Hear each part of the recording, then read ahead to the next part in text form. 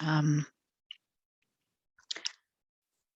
give it another minute until we start properly, just so people have got that time to stretch their legs, have their lunch, and then we'll jump in with some introductions. So 1 more minute to go. If you need to grab that coffee, please do. Or do that chore. We've got some lovely people joining us this afternoon. I can see Amanda Kirby and Hope Kent, who are our next speakers. Fantastic, great to have you here. And I've got my cats going bonkers in the background, so apologies if you can hear noise. It's the glories of working at home, isn't it? Which we've all learned these last 2 years, if we didn't know before.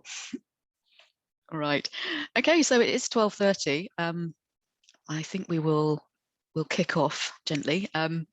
So just to introduce myself, my name's Morwenna Stewart. Very good afternoon to you. I work with Charlotte Valeur at the Institute of Neurodiversity.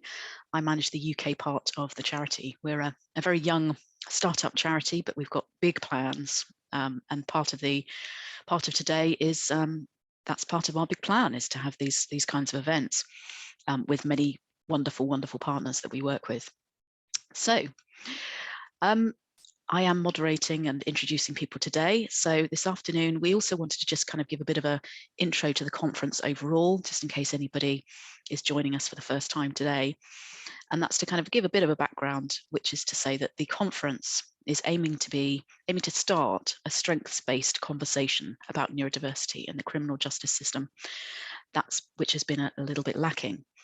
Our core objectives for the whole conference are to bring these interested people together to share knowledge and exchange ideas, to give a platform for interested people to listen to and learn from each other, to give a safe and inclusive space for people to explore the area of neurodiversity from a strengths-based perspective. Our conference organisers have had an inclusive approach to speaker inclusion and sought to involve all people interested in presenting wherever possible. So with that bit out of the way, I will introduce our first 2 speakers. We have got, I was going to say they need no introduction, but I'm going to give an introduction anyway. Professor Amanda Kirby. Amanda is an Emeritus Professor at the University of South Wales and an Honorary Professor at Cardiff University. She has clinical and research experience, and she founded and ran a transdisciplinary clinical and research team for 20 years relating to neurodiversity. She's written 9 books and more than 100 research papers in the field, and her latest book, published in 2021, was entitled Neurodiversity at Work: Drive Innovation, Performance and Productivity with a Neurodiverse Workforce. Amanda's a qualified GP, and she has a PhD relating to emerging adulthood and neurodiversity. She is the chair of the ADHD Foundation and works closely with many other charities in this area. She's worked in the justice sector for more than 15 years. She's also the CEO of Do It Solutions, or Do IT, capital IT Solutions, a tech for good company that's developed biopsychosocial accessible tools, I could not say that after a glass of wine, to support people in and out of the justice sector. It has been currently used in 24 prisons. Amanda has lived experience as she sees herself as being neurodivergent, as well as being a parent of neurodivergent children and grandchildren. So that's Professor Amanda, and I'll introduce her in a minute. And we also joined today by Hope Kent. Hope is a PhD student supervised by Professor Hugh Williams at the University of Exeter. She studies psychology and quantitative methods and is an Alan Turing Institute enrichment scholar.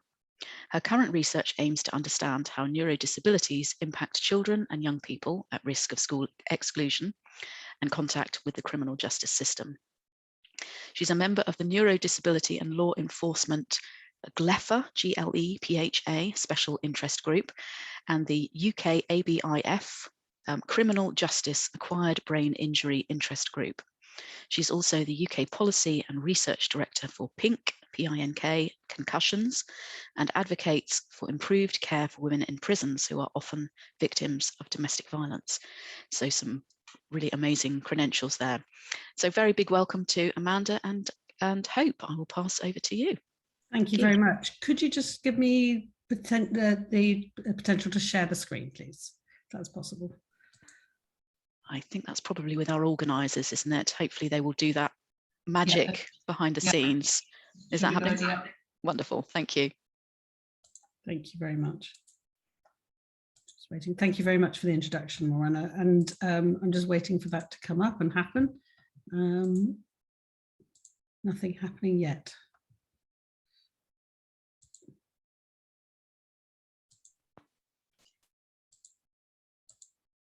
Have you not got the permission yet, Amanda? No. So who have we got? I'll organise this. I think it's Beth or Emily.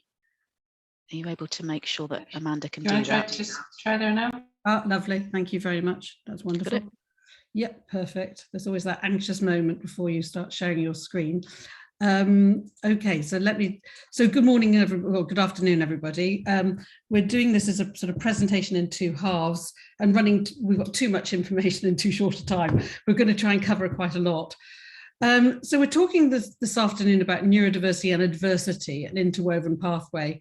And as much as Morwen is saying about strengths, what I'm really keen to is, why do we miss people? Where are they going? Why can't we identify those strengths and give people equal opportunities to be successful? And what's happening in the prison system? So I'm going to start introducing the background to this and then hand over to Hope, who's going to present some data that we've been looking at that's going to exemplify really about the school to prison pipeline and what we could do potentially in the future. So I'm sure you've heard this over the last couple of days about what's neurodiversity. So some of it I'll click through relatively quickly. So neurodiversity is the way we all think, move, act, and process information and communicate differently. We're all neurodiverse. Some of us diverge from social norms. This is no more pertinent to talking about the justice system, who people are left out of the opportunities to engage in society. Clearly, we see that people don't fit in boxes, and this is going to become more apparent as we look at the data this afternoon. And neurodiversity is not one condition or defined by a tick list, which is going to be really important to consider in the justice setting. People don't often come with a label or maybe misunderstood, and you're going to see this in more detail. And more than anything, people often go round systems that don't recognise their neurodiversity, and they end up being misdiagnosed or misunderstood.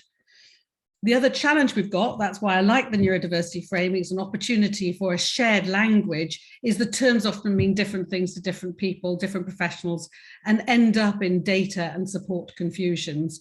And I think this is why we're going to be showing you this. So if you've heard me speak before, you've all seen the balls in the bucket. If you haven't, I'm just presenting really in a way, how do we sort out the complexity when we're thinking about different cognitive profiles? And often the people who get a diagnosis traditionally have to be bad enough to meet a diagnostic threshold. What this means is a number of people who don't meet that classical, you have to define this narrow box. So if this is blue balls and it's dyslexia, you've got to meet that diagnostic threshold. And people who don't fit that classic parameters then get missed out. And we've seen this very much in the justice setting, that a lot of people have a mixed pattern of cognitive profiles that may not fit into ADHD or developmental language disorder or dyslexia in a classical way, and often are the people who miss out altogether on help and support to be their best selves. We've classically looked at these things in boxes, and we've looked at dyslexia as a construct, or autism as a construct, or developmental language as a construct. And in fact, the reality for that is that people don't fit in these neat boxes. And if you want research papers, I'll send you oodles of references for this. This is not my work, it's along with many, many other people over the last 20 years, which really show the reality is that people don't fit into these narrow boxes. For instance, 4 in 5 people who are autistic have developmental coordination disorder. 1 in 3 people with DCD have ADHD. 1 in 5 people with ADHD have a tic disorder, and so on. And so the balls in reality, people don't fit in those narrow categories. And you're going to see this is so important when we're thinking about the people we're going to be talking about and the data we're going to show you. The other thing is that I think is really important, the labels we're given in may be dependent on the doors we've gone through now or in the past, and you're going to see how relevant this is when Hope presents the data. But actually that if you're out of a system, that you're less likely to get a diagnosis of a neurodivergent trait or condition because you're not engaging in those professionals who would classically deliver those diagnoses. So we can engage in different services, and we're really interested in how do we change the trajectory so we don't have this potential school to prison pipeline that often exists. and really thinking about upstream about what we can do, those who are at risk of exclusion, those who've been excluded, those who've got to a PRU, those who are engaging with the justice system, and often that first engagement is with police and then the courts. And we really need to be thinking about the ecosystem all the way along, but how do we change it upstream to make a difference? So what do we know? We're focusing today very much on exclusion because we see this as a key time where actually upstream we can make a potential difference. And what we know is about 2 out of 3 males in prison have been excluded from school, so missed out on education. About 0.1% of the population have been excluded from school. So you can see the data is vastly different. And many studies have found a link between school exclusion and later arrest, and people have used this term, the school to prison pipeline. 77% of children in PRUs have a special educational need, but the challenge has often been that they've been viewed through a behaviour lens, and they've been given the title of social and emotional mental health. And we haven't sort of said, but what is behaviour? Behaviour is never a diagnosis. It's an expression of communication need or other needs. But we've used this SEMH framing very much. And the Timpson review that was reported in 2019 found that despite this high rate, special educational needs, or we're talking about the neurodiversity, neurodivergent framework, are undiagnosed amongst excluded children. So we recognise they're getting into exclusion, we're not recognising why they've got there. So we wanted to think about neurodivergence in prisons, and about 1 in 2 people in prison have a reading age of 8 years and are functionally illiterate. These are stark contrasts in where we are. And about 1 in 3 prison, Susie Young and others did a review of the prevalence data of ADHD in prison populations. A number of people have done this, but we're talking about at least 30% of people have ADHD traits. And if we think about it as a marker of, and these markers of functional engagement, I'll come back to that as we go through, and that in ADHD, you've got early offending by about 2.5 years. About 1/4 of people in prison have an IQ under 80. I think that IQ is a very narrow construct because it doesn't really reflect the functional impact day to day of individuals' lives. So if we don't support people who are with neurodiverse traits, there are long-term outcomes that are expensive. We're losing skills, we're losing people who end up being unemployed, have higher rates of substance misuse, have greater rates of things like accidents, use of A&E, relationship breakdowns, homelessness, and as you can see, at least 1 in 3 entering the criminal justice setting. And we see that's a huge loss to society and a burden. But what we recognise, and I think this is really important today if we're going to try and capitalise on people's strengths, there are social biases in the current system, which result in people being missed again and again and again. You're less likely to have a neurodiversity diagnosis if you've got adverse childhood, ACEs president, you've been excluded from school, which we're going to show you in a moment, looked after children, lower SES, people who are out of systems, who are moving around systems, who are homeless, are less likely to get diagnoses, but are more likely to be neurodivergent, and they're likely to be missed because we have a social inequity there. So we know that children in low income households are more likely to have cognitive deficits, working memory and language skills compared to children in middle income. So again, poverty's got to play in the exclusion of people gaining that diagnosis. And free school meals correlates to levels of neurodivergent traits. And I think lastly, the females, we're seeing growing numbers of individuals that have been captured who had been diagnosed later in life, because we were looking very much through a predominantly male lens of this is what it looked like, ADHD looked like, autism looked like, and we were looking through a male lens. So I don't apologise for this slide, it's because it is about that intergenerational adversity, but cumulative adversity, that if you come from a family who are neurodivergent with less opportunity, less likely to get a diagnosis, you're more likely to have disengagement with, disenfranchisement with employment, related to debt, poverty, poorer nutrition. And we can't strip these apart and say neurodiversity is nice and clean over here and not think about epigenetic cumulative adversity and also the genes that are running through families, but maybe the stigma of not being able to be diagnosed, not knowing you have a neurodivergent trait and not having the opportunity to gain that diagnosis as well. So we've really got to think about, we can't think about these in nice, neat boxes in a way. So I'm just going to tell you about Do It Profile, and then I'm going to hand over to Hope to present the data to you as well. We've been using Do It Profiler for nearly 10 years in prisons. We've got large data sets, and we've screened tens of thousands of individuals. It's an established evidence-based neurodiversity screening tool, and it's been used in YOIs and STCs as well. The modules we use in the justice setting have been designed for justice and for court to probation. It's not a tick box exercise, which is really important. We're trying to think about the functional implications of that individual. How do we help and support them? And it generates practical guidance. But it also collects the macro data capture, which we're going to report on, which really I think you're going to be alarmed and alerted to. And we publish the research findings. So classically, what actually happens, if we take 10 people and we think of the statistics, we say 30% of people are neurodivergent, so many people are looked after, so many people are excluded, so many people are homeless, so many people have literacy difficulties. But if you take this first column, that's one person who might have all of those. But often we're talking about people with, and not thinking about the cumulative adversity of one person or another. So the profiler screens for background relevant information. So we want to know about people's past, present, to think about them in context. They undertake the neurodiversity screener, and there's a cognitive screener which aligns to IQ roughly, but it's around face validity. It's called the CAS, and looks at things like numeracy, literacy, ability to manage money, to tell time, to read instructions, which are going to be so relevant to somebody if they're trying to navigate through the justice setting. And we also think we've got well-being as well. So it's also accessible. So it's got, it's because a lot of people, as we said, can't read and can't, and so it's translatable to multiple languages and has got accessible features in it and generates a report straight away. The CAS, which Hope's going to talk a little bit about in a moment, is that functional screener. We're looking at basic skills that are related to everyday function in everyday life.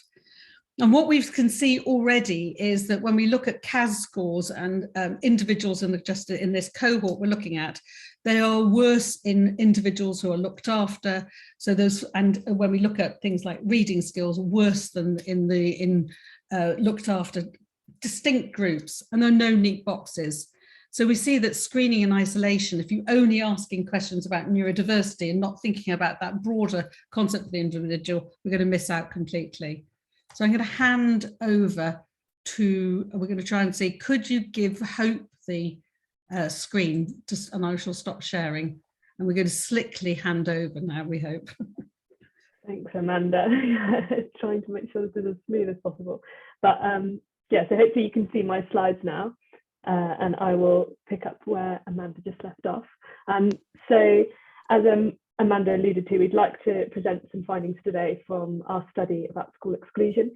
And these findings are from data we've collected in Park Prison, which is in Wales. And these are findings that we're preparing for submission currently, so they're not published anywhere. And so for that reason are a bit preliminary as well. So our outcome of interest in this study was younger convictions. We know from the literature that being convicted at a younger age is criminogenic, so it's a predictor of later justice system contact. We know that it leads to more reoffending or cyclical offending, and then also poor outcomes in terms of mental health. It compounds problems with family and peers, and that these effects are all worse the younger you are when you're first convicted.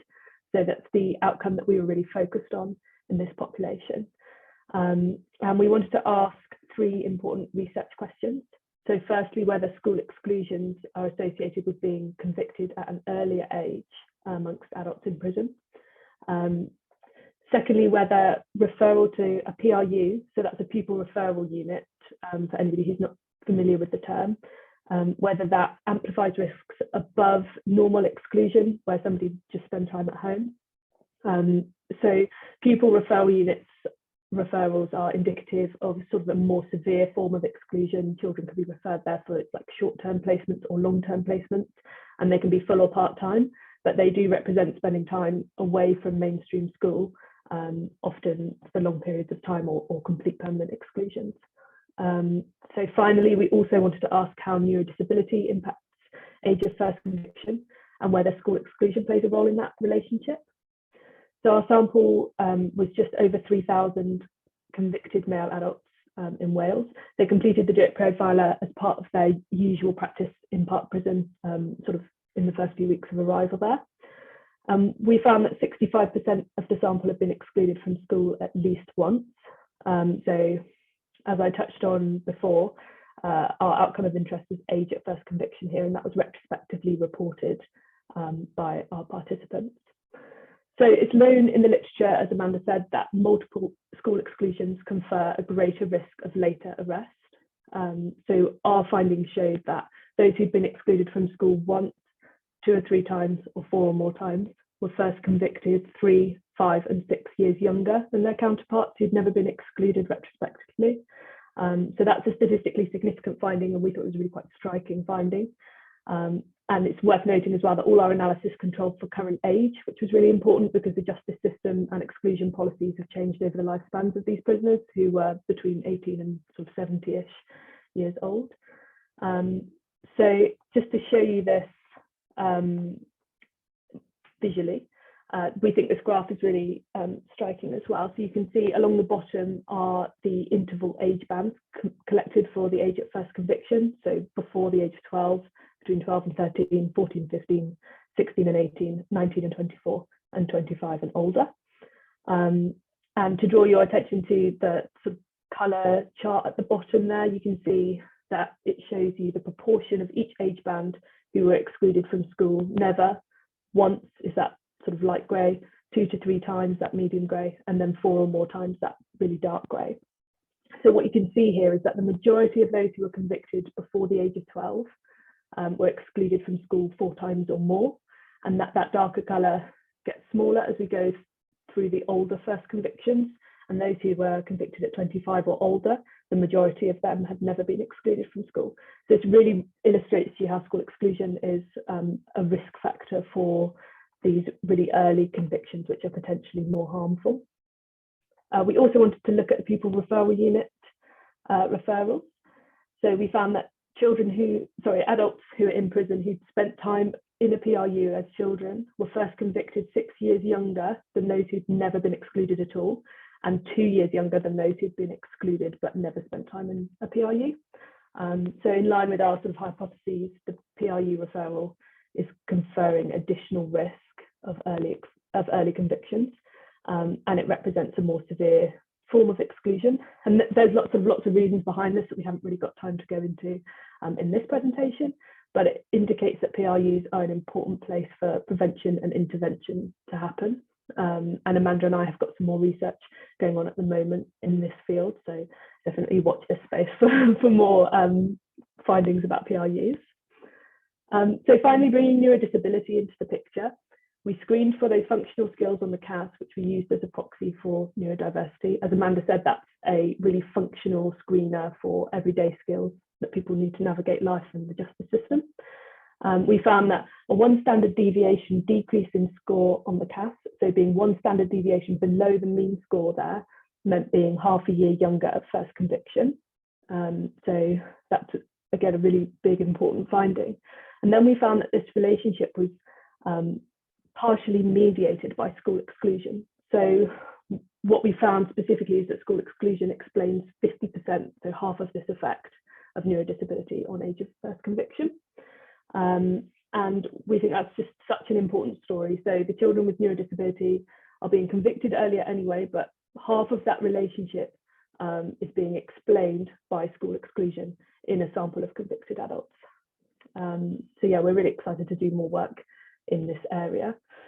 As Amanda touched on before as well, we did looked after children in neurodisability. So we wanted to really understand this vulnerable population who are in prison as adults but were looked after when they were children. There's lots of emerging evidence globally that looked after children have high rates of diagnosed neurodisability. So we wanted to look at this when screened transdiagnostically on this DOIT screener. So we measured the CAS as well as 4 functional self-report domains, so reading and numeracy, social and communication skills, attention and concentration, and physical coordination in order to capture those sort of domains that we often see in people with neurodisability. And these were designed sort of transdiagnostically, again, avoiding those diagnostic thresholds and silos. So we found, as Amanda alluded to, that the looked after children in prison scored significantly worse on all of these measures than the adult prisoners who were never looked after as children. So in these graphs, you can see the mean is the circle with the 95% confidence intervals as the blue lines, and then the median score is the square. So you can see there's, blue sky between these scores for those in prison who were not looked after, that group 1 along the bottom, and those in prison who were looked after, group 2 there. So just to come back to that sort of ecosystem slide that Amanda showed you, it's really important to note that these are points at which children can have negative experiences that lead them to end up in prison, but they're also opportunities for prevention and intervention. So prevention being preferable, but the earlier in this pathway we can do that, the better. So children at risk of school exclusion and who are being referred to a PRU, and then all the way through, these are points of potential prevention.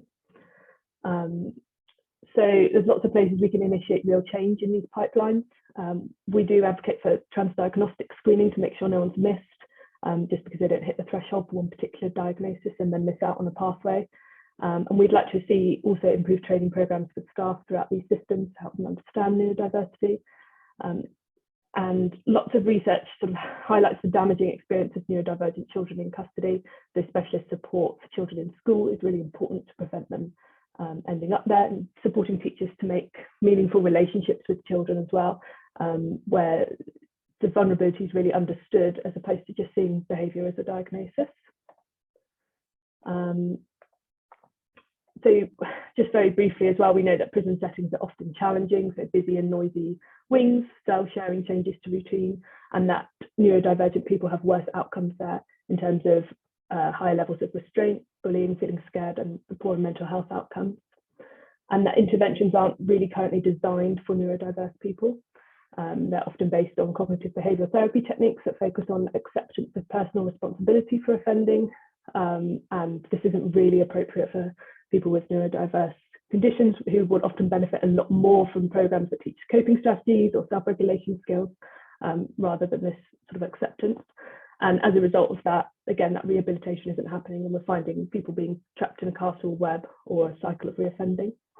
I won't go into detail about this because Nathan's about to speak on this later this afternoon, but Professor Nathan Hughes recently published this paper talking about the difficulties of ensuring the rights of children with developmental disabilities within child justice systems, so definitely recommend going to that talk. And we know that prisons are just not the right place for these children to be. So I'll leave you with some thought points because I know we're a little bit over time. So we need data to inform future planning. We need better key worker and staff conversations, avoiding rapid siloed screening and implementing screening for all who are at risk of exclusion with consistent language, consistent constructs, and that will have a really positive effect on safer custody, violence reduction, positive impact on education, employment, really across the board. So I'll wrap it up there. Thank you very much for listening, and Amanda and I would really love to take any questions you have if we have time still. Thank you so much, Amanda and Hope. That was absolutely fascinating. You galloped through so well. Tried to keep to time. Thank you so much. So there are some great questions and comments in the chat. Kim's asking about the 300 million turnaround fund that's been announced today by the UK government. How might that help people? What would you do with the money apart from skip the country and enjoy it? I mean, I do think we've got to think about when we're getting this data, and we've got other data sets to reinforce this, that we've got to start earlier, and so we've got to start upstream. It's a waste of talent when you've got people who are ending up in the criminal justice system who we know we've got the data, we know are, have got complex needs. We need to create an ecosystem, but we've got to some of the work we've been doing with the police about first engagement. I was talking with barristers group last night, and you just think the understanding of accessibility of the court's police engagement in PRUs and those at risk of exclusion. We know who they are. We need to get intervention upstream. So that has to be where we start to change the trajectory, I think. Yeah, thank you. I don't know if you want to add anything to that, Hope, or we should probably Happy to take another question. That's good. Great. And Kim Turner has also asked, how does the profiler work with the mandatory chat screen in custodial settings? I've done a review, so I can share that with you if you want me to. But I think the important thing, the difference we do at Profiler is that we're assessing and we're generating guidance straight away. So we're providing practical guidance for the staff on how to help support at an individual level, and the individual to be helped as well. And it's got functional skills as well, assessments in it. So it's taking a biopsychosocial approach. So I can give more information to Kim if she wants it. So it sounds like it's got more steps to it. It's not just the screening. It's not just, it isn't. It's gathering information, yes, but it's generates a report straight away for that individual and resources for them. So it's giving you, it's starting the process of intervention. Yeah, so practical outcomes as well as the screening. Thank you, Amanda. And Melanie Jameson, I think, has said, we know about bad outcomes. That's just a comment, actually, not a question. I beg your pardon. Who do we need to persuade? I think she's asking. You need to keep. I mean, we've had the Coates review. We just had the prison education review. You know, that's out again. We're hearing again and again, this is bad stuff. We need to keep saying it. We've got the evidence for it. But again, I think neurodiversity as a framing is the common language bit will help to sort of say it's not about one thing or another, it's about people. Who do we need to influence? Anybody who's listening here to tell other people and government to make sure that we don't work in silos. I mean, that's the problem. Is where the money is spent. It's often in silos rather than across professions. Yeah, so better joint working. Perhaps, Amanda. Thank you. Yes. Anything you want to add, Hope? I think we've had all the questions. Actually, the QA function. I think somebody's asking, how do we define school exclusion? Does it include anyone who hasn't attended for various reasons? So in our study, we defined school exclusion as people who've been permanently or fixed term excluded from school. So rather than non-attendance or truancy or anything like that, this is actual exclusion from school policy. Thank you. That was for Mary Cashin. She asked that question. Very nice presentation. So Jogil, I don't know if that's your name or nickname, forgive me. Nice presentation. Would you have any recommendations how school could accommodate students with difficult behaviour? Yeah, first is not seeing behaviour as difficult. Behaviour is complex and we don't understand it. So changing the framing is that behaviour is a form of communication saying there is a need.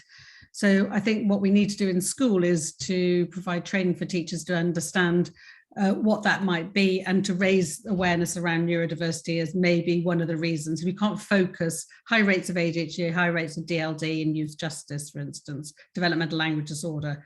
If you don't understand what's going on, you may misbehave and not be able to focus. So teacher training, screening for those who are at risk of exclusion. And we've got a study going, we're going to present data when that's finished to show really the high rates of complexity. So understanding those children who are looked after, learners of concern, that we need to intervene early. Brilliant, thank you, Amanda. And June has asked something about terminology. Should we be talking about seeing as there are so many people, so many children, 4,000 who re-enter care, should we be talking about care experienced children rather than looked after children? I don't know if either of you have a view on that. I just think looked after is interesting because often they're not being looked after. So in care, we're often careless than careful. So I just think we need to think about, so maybe children of greater need, or children we love. We should love. I think the terminology is an interesting one. Thank you. Yeah, probably a bigger subject than we can perhaps go into today, but how do we get school to implement disabled needs accommodations? Carol, from Carol, she's also asking, I think we've covered that a little bit, but again, that's possibly one that's a bit too complex to go into in tons of depth, as it tends to be different for different children, doesn't it? And it's not one size fits all. So anything else you wanted to say, Hope or Amanda, before we move on to our next speakers? No, thank you. Thank you so much for keeping Yeah, brilliantly thanks to for having us. time. Thank you very much for coming. We really appreciate it.